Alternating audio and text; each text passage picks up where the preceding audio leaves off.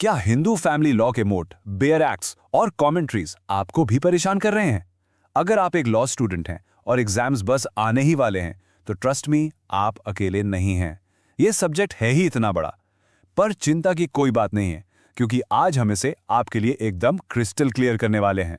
Welcome दोस्तों, आज हम कोडिफाइड हिंदू लॉ के सबसे ज़रूरी यूनिट्स में से एक यूनिट 6 को पूरी तरह से डीकोड करने जा रहे हैं। हम अडॉप्शन, मेंटेनेंस, गार्डियनशिप और फैमिली कोर्ट्स के सिस्टम को समझेंगे। हमारा लक्ष्य क्या है? आपको इस यूनिट के लिए 100% exam ready banana. So let's get started. ये रहा हमारा आज का रोड मैप। हम एडॉप्शन से शुरू करेंगे, फिर मेंटेनेंस और गार्डियनशिप के लीगल राइट्स को समझेंगे और आखिर में फैमिली कोर्ट्स के यूनिक सिस्टम को एक्सप्लोर करेंगे। और हाँ, एंड में एक रैपिड फायर रिवीजन और Q&A भी होगा, ताकि सारे कॉन्सेप्ट्स आपके दिमाग में परफेक्टली सेट हो जाएं। चलिए शुरू करते हैं। तो सबसे पहले बात करते हैं अडॉप्शन की। देखो, हिस्टोरिकली हिंदुओं के लिए अडॉप्शन, जिसे दत्तक लेना भी कहते हैं, एक रिलीजियस ड्यूटी थी। मेन पर्पस था एक पुत्र यानी पुत्रा का होना, जो मोक्ष के लिए अंतिम संस्कार कर सके। लेकिन फिर आया Hindu adoptions and maintenance act of 1956, जिसे हम HMA कहेंगे, और इसने पूरा गेम ही बदल दिया। इसने अडॉप्शन को एक चाइल्ड वेलफेयर फोकस्ड सेक्युलर कानून बना दिया। तो आज के जमाने में अडॉप्शन का मतलब क्या है? हामा 1956 के हिसाब से ये एक लीगल प्रोसेस है जो एक परमानेंट और इरिवर्सिबल पेरेंट चाइल्ड का रिश्ता बनाता है। अडॉप्टेड बच्चा लीगली तौर पर अपनी बायोलॉजिकल फैमिली से कट ऑफ हो जाता है और उसे अडॉप्टिव पेरेंट्स का सगा बच्चा ही माना जाता है, प्रॉपर्टी, इनहेरिटेंस समेत सभी मामलों में। ये एक बहुत बड़ा शिफ्ट है। सोचिए, फोकस माता पिता की आत्मा की मुक्ति से हटकर बच्चे के भविष्य को सिक्योर करने पर आ गया। अब एक अडॉप्शन को लीगली वैलिड होने के लिए उसका परफेक्ट होना बहुत जरूरी है। सेक्शन 6 4 नॉन नेगोशिएबल कंडीशंस बताता है। आप इसे 4 पिलर्स की तरह सोचिए। अगर एक भी पिलर हिला तो पूरी बिल्डिंग गिर जाएगी, मतलब अडॉप्शन वॉइड हो जाएगा। हमें यह देखना होगा कि अडॉप्ट करने वाले की कैपेसिटी है या नहीं, बच्चे को अडॉप्शन में देने वाली की कैपेसिटी है या नहीं, अडॉप्ट होने वाले बच्चे की कैपेसिटी है या नहीं, और कुछ दूसरी कंडीशंस भी पूरी हो रही हैं या नहीं। चलिए एक एक करके इन्हें समझते हैं। ठीक है, तो सबसे पहले कौन अडॉप्ट कर सकता है? सेक्शन 7 के अंडर एक हिंदू पुरुष के लिए उसका मेजर होना और साउंड माइंड का होना जरूरी है। लेकिन सबसे इंपॉर्टेंट पॉइंट यह है, अगर वो शादीशुदा है तो उसकी पत्नी की कंसेंट बिल्कुल मैंडेटरी है। No ifs no buts. अब सेक्शन 8 में हिंदू महिला के लिए रूल्स थोड़े अलग हैं। उसे भी मेजर और साउंड माइंड का होना चाहिए, लेकिन वो तभी अडॉप्ट कर सकती है जब वो सिंगल हो, यानी अनमैरिड, डिवोर्स्ड या विडो। ओके, अब बात करते हैं बच्चे की। बच्चे के लिए क्या कंडीशंस हैं? सेक्शन 10 के अनुसार चेकलिस्ट ये है। पहला, बच्चा हिंदू होना चाहिए। दूसरा, अनमैरिड होना चाहिए। तीसरा, उसकी एज 15 साल से कम होनी चाहिए। हाँ, अगर कोई कस्टम ज्यादा उम्र की इजाजत देता है तो वो अलग बात है। और सबसे जरूरी, उस बच्चे को पहले कभी अडॉप्ट ना किया गया हो। एक बच्चे को लीगली सिर्फ एक ही बार अडॉप्ट किया जा सकता है। अब सेक्शन 11 एक बहुत ही जरूरी सेफगार्ड लेकर आता है। अगर एक मेल एक फीमेल चाइल्ड को अडॉप्ट कर रहा है या एक फीमेल एक मेल चाइल्ड को अडॉप्ट कर रही है, तो उनके बीच कम से कम 21 साल का एज डिफरेंस होना ही चाहिए। ये एक स्ट्रिक्ट मैंडेटरी रूल है। इसे पेरेंट चाइल्ड रिलेशनशिप की प्योरिटी को प्रोटेक्ट करने और किसी भी तरह के एक्सप्लॉयटेशन को रोकने के लिए बनाया गया है। अब सबसे इंटरेस्टिंग पार्ट, कोर्ट्स ने इन रूल्स को कैसे अप्लाई किया है। घिसालाल वर्सेस धबुबाई में सुप्रीम कोर्ट ने एकदम साफ कर दिया, पत्नी की कंसेंट नहीं तो वैलिड अडॉप्शन नहीं। It's void, plain and simple. Laxman Singh case में कोर्ट ने क्लियर किया कि पुरानी धार्मिक रस्में जैसे दत्तक होमम जरूरी नहीं है, लेकिन बच्चे को इरादे के साथ देने और लेने का physical act, the giving and taking, बिल्कुल एसेंशियल है। और ब्रजेंद्र सिंह का केस देखिए, एक महिला जो 20 साल से अपने पति से अलग रह रही थी, लीगली डिवोर्स नहीं थी, तो कोर्ट ने कहा कि उसका अडॉप्शन इनवैलिड है। मतलब कोर्ट्स इन स्टैट्यूटरी रिक्वायरमेंट्स को लेकर बहुत स्ट्रिक्ट हैं। चलिए, अब परिवार बनाने से उसे सपोर्ट करने की बात करते हैं। हमारा दूसरा टॉपिक है राइट टू मेंटेनेंस। हिंदी में इसे कहते हैं भरण पोषण। और ये शब्द याद रखेगा, ये कोई चैरिटी नहीं बल्कि एक कानूनी हक है, एक लीगल ऑब्लिगेशन। एक्ट मेंटेनेंस को बहुत ब्रॉडली डिफाइन करता है। सेक्शन 3B के हिसाब से ये सिर्फ खाने के लिए पैसे देना नहीं है। इसमें कपड़े, रहने की जगह, शिक्षा और मेडिकल ट्रीटमेंट सब कुछ शामिल है।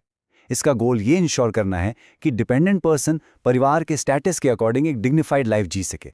तो कानूनी तौर पर यह सपोर्ट कौन कौन मांग सकता है? HMA में इसे एकदम क्लियर करता है। सेक्शन 18 के तहत पत्नी अपने पति से क्लेम कर सकती है। सेक्शन 19 कुछ कंडीशंस के साथ ये हक विडोड डॉटर इन लॉ को भी देता है। और सेक्शन 20 एक बहुत पावरफुल टू वे ऑब्लिगेशन बनाता है। एक व्यक्ति को न सिर्फ अपने माइनर बच्चों, लेजिटिमेट हो या इलेजिटिमेट, बल्कि अपने बूढ़े या बीमार माता पिता का भी भरण पोषण करना होता है। और ये केस दिखाता है कि लॉ रियल वर्ल्ड प्रॉब्लम्स को सॉल्व करने के लिए कैसे इवॉल्व होता है। सालों तक मेंटेनेंस केसेस में बहुत डिलेज होते थे क्योंकि पार्टीज अपनी असली इनकम और एसेट्स छिपाती थीं। फिर 2020 में आया लैंडमार्क केस राजनेश वर्सेस नेहा, जिसने सब कुछ बदल दिया। सुप्रीम कोर्ट ने एक mandatory affidavit of disclosure introduce किया, जिसमें दोनों पार्टीज को अपनी सारी एसेट्स और लायबिलिटीज डिक्लेयर करनी होती हैं। इससे प्रोसेस फास्ट हुआ और न्याय तेजी से मिलने लगा।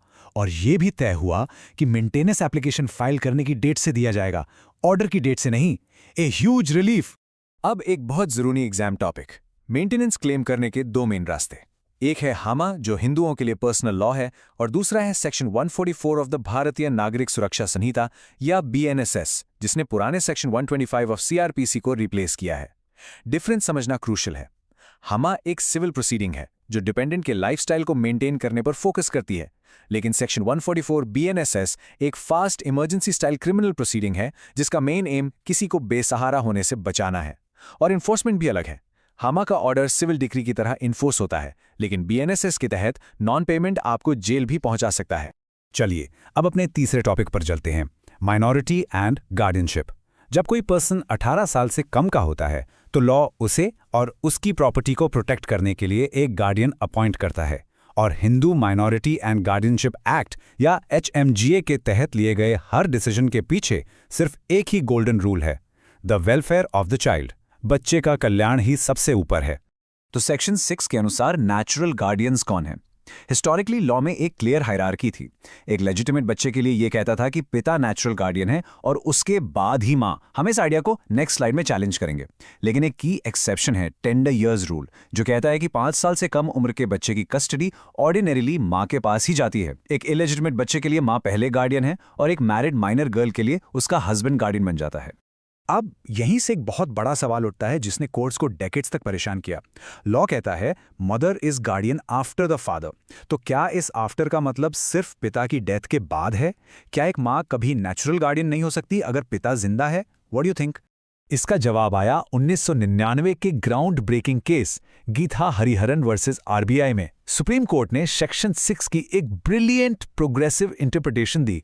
कोर्ट ने कहा कि आफ्टर शब्द का मतलब पिता की मृत्यु के बाद नहीं है, इसका मतलब है इन दी एब्सेंस ऑफ, यानी अगर पिता बच्चे के मामलों से इंडिफरेंट हैं, इनकेपेबल हैं या फिजिकली एब्सेंट हैं। इस लैंडमार्क जजमेंट ने जेंडर बायस को इफेक्टिवली हटा दिया और मदर और फादर को को इक्वल गार्डियंस के रूप में एस्टैब्लिश किया। एक गार्डियन की पावर एब्सोल्यूट नहीं होती, specially when it comes to property. Section 8 एक बहुत बड़ी रोक लगाता है। एक गार्डियन कोर्ट की प्रायर परमिशन के बिना माइनर की इमूवेबल प्रॉपर्टी को बेच, गिरवी या गिफ्ट नहीं कर सकता।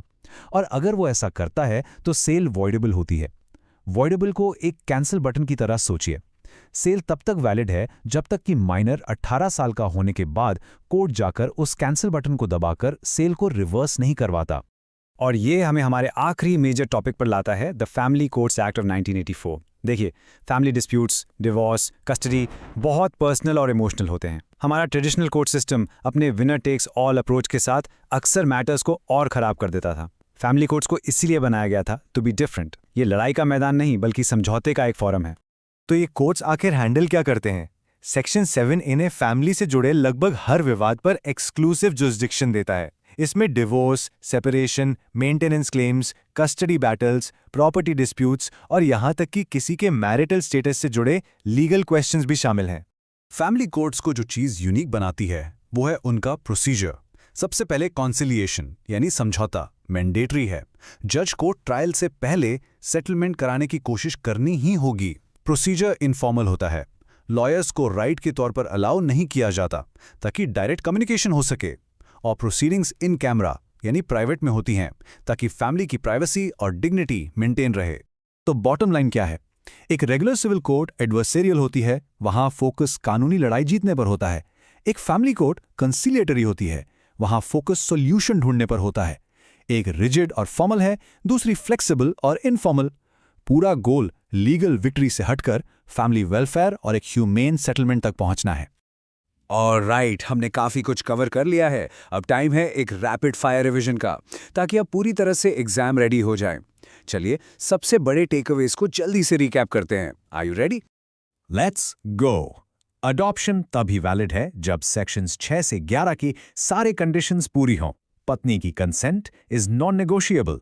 मेंटेनेंस, ये एक लीगल राइट है और रजनेश वर्सेस नेहा केस में एसिड डिस्क्लोजर मैंडेटरी है। गार्डियनशिप, बच्चे का वेलफेयर इज पैरामाउंट और गीता हरिहरन केस मां को इक्वल गार्डियन बनाता है। फैमिली कोर्ट्स, इनका काम लिटिगेशन नहीं, कॉन्सिलिएशन है, सिंपल। ओके, अब आपकी नॉलेज टेस्ट करते हैं 2 क्विक क्वेश्चंस के साथ। फर्स्ट क्वेश्चन, एक माइनर की प्रॉपर्टी की सेल वॉइडेबल कब होती है? और द आंसर इज जब नेचुरल गार्डियन इसे सेक्शन 8 HMGA के अंडर कोर्ट की प्रायर परमिशन के बिना बेच देता है। Second question, family courts act द्वारा इंट्रोड्यूस किया गया सबसे सिग्निफिकेंट प्रोसीजरल चेंज क्या है? वो है कोर्ट पर डाली गई मैंडेटरी ड्यूटी कि वो ट्रायल शुरू होने से पहले सेक्शन 9 के अंडर रिकॉन्सिलेशन और सेटलमेंट अटेम्प्ट करे। And that's it. आपने एडॉप्शन, मेंटेनेंस, गार्डियनशिप और फैमिली कोर्ट्स के कोर कॉन्सेप्ट्स को मास्टर कर लिया है। आपके पास की सेक्शंस हैं, लैंडमार्क केसेस हैं और गाइडिंग प्रिंसिपल्स हैं। You've done it. अब जाइए और एग्जाम में एस कीजिए। Remember, the common thread here is the shift from rigid rules to welfare. That's the key takeaway, not just for exams, but for understanding modern family law. ऐसी informative videos देखने के लिए LLB student अड्डा को subscribe करें and follow करें। If you want any new topic, comment below.